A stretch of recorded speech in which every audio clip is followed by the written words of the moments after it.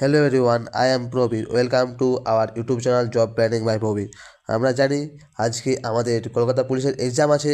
আমাদের সেই কলকাতা পুলিশের এক্সামের কিছু গুরুত্বপূর্ণ নির্দেশ আমি বলে দিচ্ছি, অর্থাৎ পরীক্ষার হলে কী কী নিয়ে যেতে হবে, কী কী নিয়ে যাওয়া যাবে না, সেসব নিয়েই আজকের ভিডিও। তো আমাদের এই কলকাতা পুলিশের পরীক্ষার হলে যে কিউআরযুক্ত এডমিট কার্ড, সেই কিউআরযুক্ত এডমিট কার্ডের কালার প্রিন্ট আউট নিয়ে যেতে হবে একটি।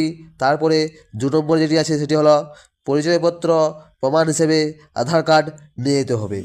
আর তারপরে 3 নম্বর যে বিজ্ঞপ্তি, 3 নম্বর যে নোটিশ, সেটি হলো সকাল 10:30টার পর কাউকে এক্সাম হলে প্রবেশ করতে দেওয়া হবে না। তারপর পরীক্ষার হলে ডিজিটাল হাতঘড়ি, মোবাইল এবং বিভিন্ন ইলেকট্রনিক গ্যাজেট নিয়ে যাওয়া যাবে না।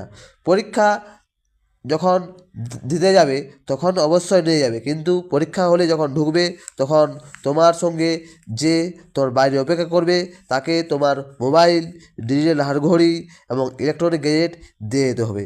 এবং 5 নম্বর যে অত্যন্ত গুরুত্বপূর্ণ নির্দেশাবলী, সেটি হলো ওরা যে কলমটি দিবে সেই কলমেই ওএমআর সিট ফিল আপ করতে হবে। তুমি যদি নিজের থেকে কোনো কলম নিয়ে যাও, সেই কলম দিয়ে ওএমআর সিট ফিল আপ করা যাবে না। ওরা যে কলম দেবে সেই কলমেই ওএমআর সিট ফিল আপ করতে হবে। এটি ছিল আজকের কলকাতা পুলিশের আপডেট।